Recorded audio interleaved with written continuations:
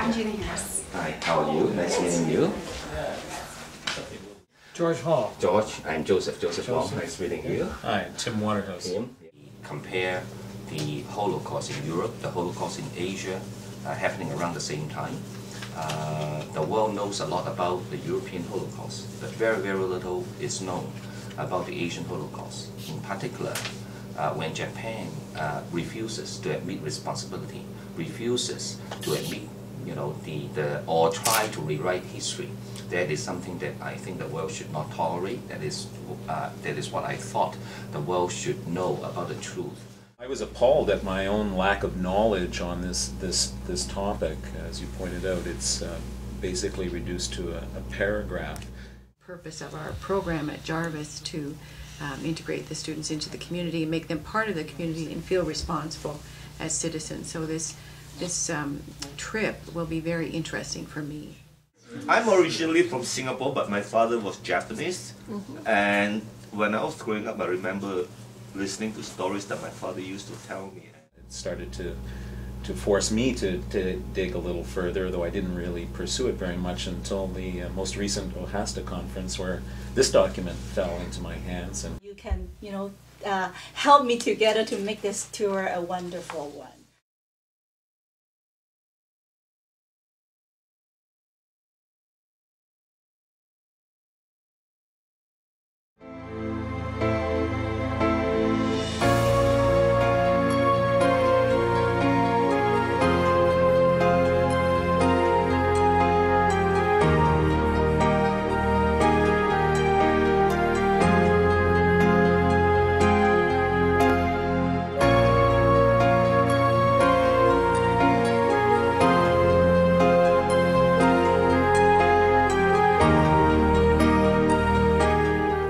We are about to begin a journey that will have no end, but will open our eyes to hidden secrets that are owed to us.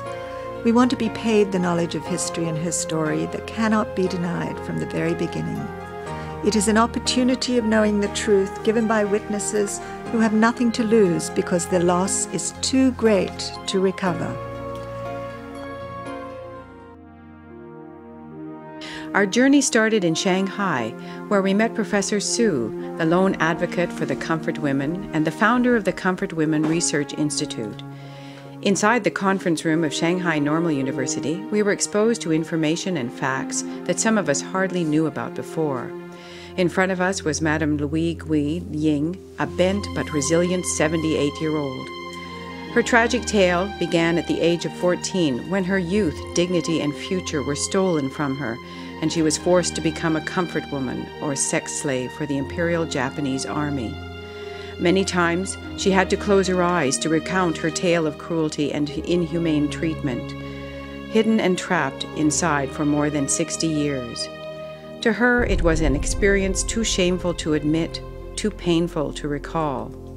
Only when she saw a ray of hope was she courageous enough to stand up and give her testimony. Her hope came from revealing the truth and from knowing that even teachers from the Western world would take up the call and not break faith with them. We visited a comfort station in Shanghai, the hell for thousands of innocent souls, the place where young women were forced to comfort innumerable Japanese imperial soldiers. As we walked by each room in the house, the images of the tortured and lonely weeping women became vivid. I was 15, gentle and innocent. But you came and ripped me from the warmth of my parents' home, the tenderness of a martyr's arms, to be fed like 200,000 others to your countless lusty robes, which defiled and devoured me and tossed me, broken and scarred, into the cold, scornful sea. Oh, my beloved country, why am I to blame? Why do you turn your face away from my pain? Oh, my father, oh, my brothers, who helped me bear my shame. Oh, Hiroshito, oh, you mighty Meiji's, I comforted your soldiers in their struggle. Now who comforts me in my pain? Oh, Koyoshimi and all your faceless Yasukuni men, how do you sleep at night? while I shiver and cry in an endless nightmare, alone in my hovel, broken in body and spirit, frightened and ashamed.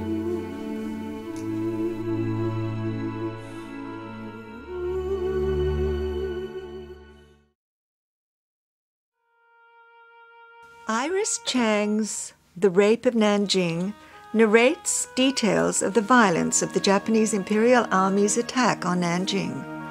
In this ancient capital, we visited the sites where the attacks started and where the major massacres took place. We also crossed the Yangtze River. The breadth and depth of this river clearly displayed why it posed such a barrier to those trying to flee the massacre. The image of this huge river actually turning red with blood, as one of the survivors recalled, showed the extent of the massive killing and bloodshed. We arrived at the Nanjing Massacre Victims Memorial Hall and met director Zhu Chen-shan. While he was giving us the insights of this part of history, 15 solemn educators had their pens poised, ready to note the brutal facts, asking discreet questions, and preparing themselves for subsequent days of deep reflection on the evils of human nature.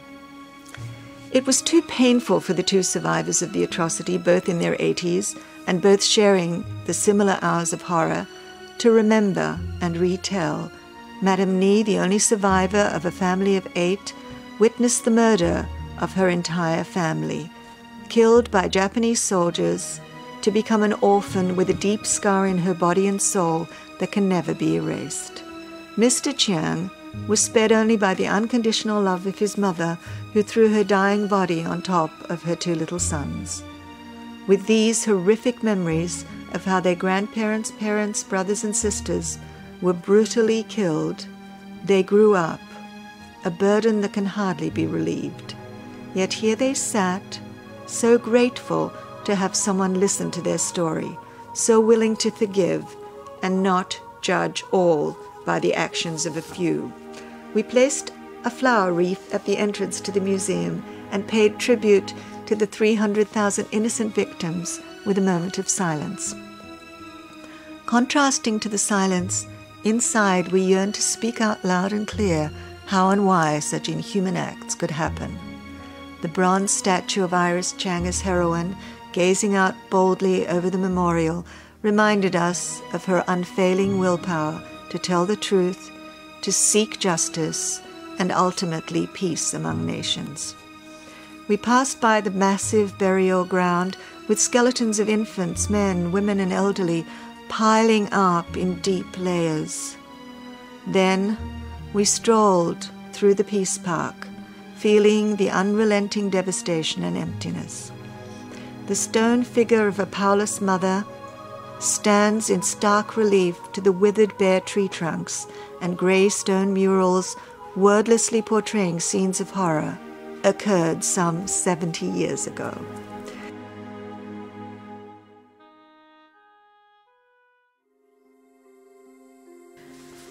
In Beijing, we met with attorney Kang Jian, who has been persistently fighting for many years to get an apology and reparations from the Japanese government for the forced labor victims.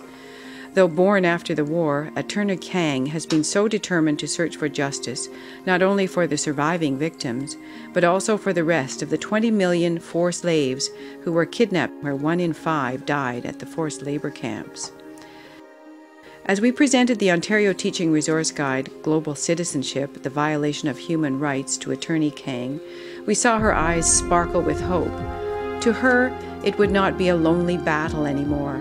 She told us she would definitely bring this teaching material, recognized by the Ontario and BC Ministries of Education, to the Japanese court and show to them that despite their denial, this history has already been unearthed in the Western world.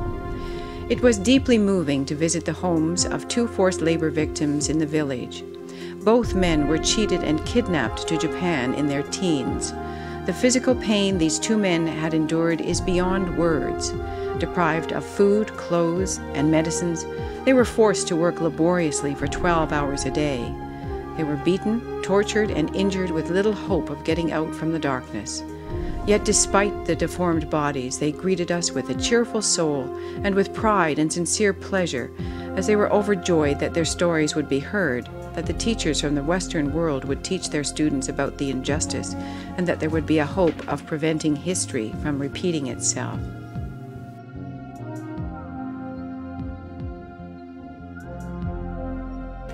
Harbin was the last stop on our study tour.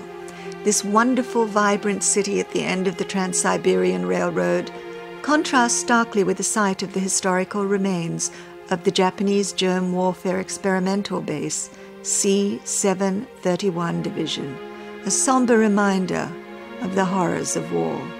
The Death Factory is a hideous place, both inside and out. Its atmosphere of horror and suffering are evident in the dark grey walls and the stifling small rooms with their horrifying exhibits of sadistic medical experiments. It is estimated that over 3,000 were murdered at this site by experimentation. To say that the treatment of these prisoners was inhuman would be an understatement. Individuals literally died slowly, either by vivisection, exposure to toxic gases, or injection of infectious chemicals. We shivered to think that as humans we could be so cruel. Evil was the word that came to mind. These acts exemplified a need for pure dominance, greed and self-indulgence, and should not go without consequences. While in Beijing, Professor Bu, director of the Institute of Modern History, had brought a lot of knowledge on Japan's use of chemical weapons. There were numerous documents and records about Japan's massive production of such weapons and how they were shipped to China during the period of invasion. Here in Harbin, we came face to face with two victims who were injured years after the war by the chemical bombs. They suffered endless physical and emotional pain since then. Sadly, there was so little done by both the Chinese and Japanese governments that the extent of the weapons being buried by the Japanese army after the war and the extent of damages still remains unknown.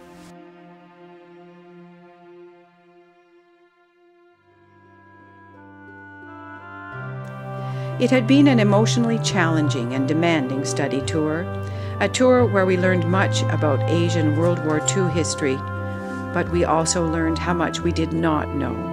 And here is where learning begins. The men and women survivors who courageously related their heart-rending stories allowed us a far deeper understanding than could be gained from merely reading Iris Chang's powerful account. It is our responsibility as educators to recount this tragic episode of World War II history to our students, teaching not only the facts, but also principles.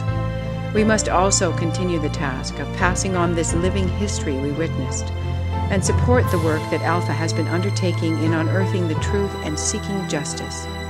Alpha has indeed raised our awareness of the Asian events in World War II. We have learned more than we anticipated and been touched more than we expected.